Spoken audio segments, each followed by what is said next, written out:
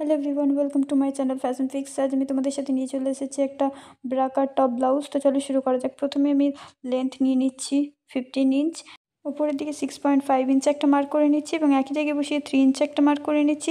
3 ইঞ্চে বসিয়ে নিচের দিকে 9.5 একটা মার্ক করে একটা বক্স করে নিচ্ছি এবং বক্স করা হয়ে গেলে তাতে গোল শেপ দিয়ে দিচ্ছি।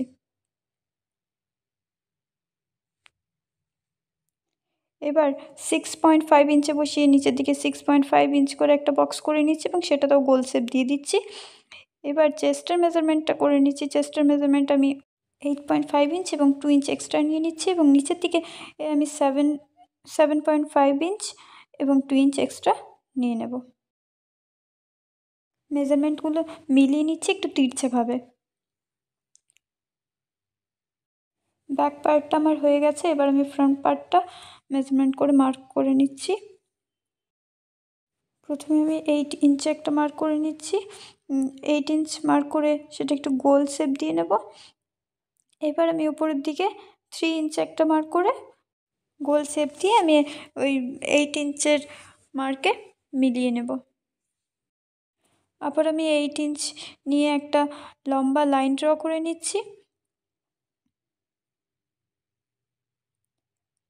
লাইন ড্র করা হয়ে গেলে একদিকে আমি নিয়ে নিচ্ছি 3.5 ইঞ্চ এবং আরেকদিকে আমি নিয়ে নিচ্ছি 4.5 ইঞ্চ। 1 ইঞ্চের ডিফারেন্ট থাকবে এবং এটা মেলানোর সময় এটা ওপর দিক দিয়ে মেলাতে হবে।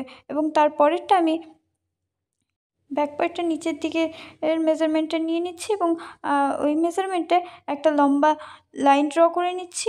লাইন ড্র করা হয়ে গেলে এটারও একদিকে আমি নিয়ে নেব 4 ইঞ্চ এবং আরেক দিকে আমি নিয়ে নেব 5 ইঞ্চ। এটা মেলানোর সময় এটা ভেতর দিক দিয়ে মেলাতে হবে।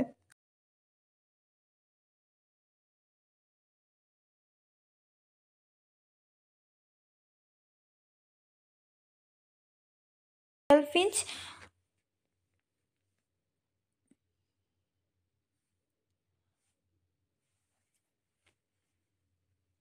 কাঁধের মেজারমেন্টটা হচ্ছে 3.5 ইঞ্চ। তো 3.5 ইঞ্চে আমাকে আরেকটা মার্ক করে নিতে হবে। তারপর 3.5 ইঞ্চে মার্ক করে নিচের দিকে 6.5 ইঞ্চ এবং সেটা একটা গোল শেপ দিয়ে দিতে হবে। এবং চেস্ট মেজারমেন্ট চেস্টে যেরকম মেজারমেন্ট নিয়েছিলাম সেরকমভাবে আবার আমাকে এটা মেজারমেন্ট করে নিতে হবে। 2 ইঞ্চ করে এক্সট্রা করে নিচ্ছি।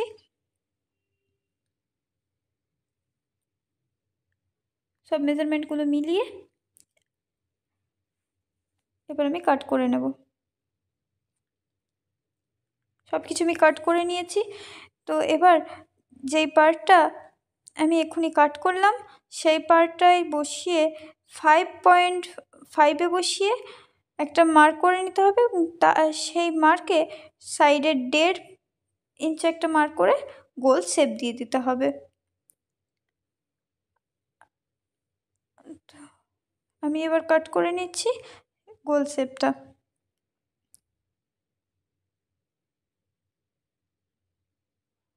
সব কিছু আমার কাট করা হয়ে গেছে। এবার এগুলো বসিয়ে ফেব্রিকটা কাট করে নেব।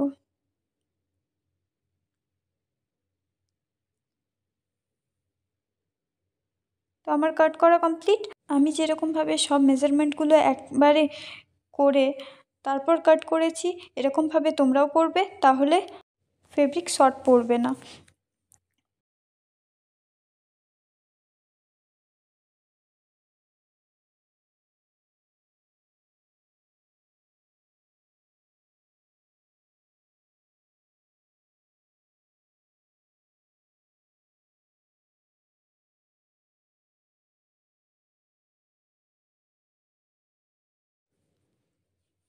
তো সব কাট করা আমার কমপ্লিট হয়ে গেছে। ভিডিওটি ভালো লাগলে like, comment, share and subscribe করে দিও।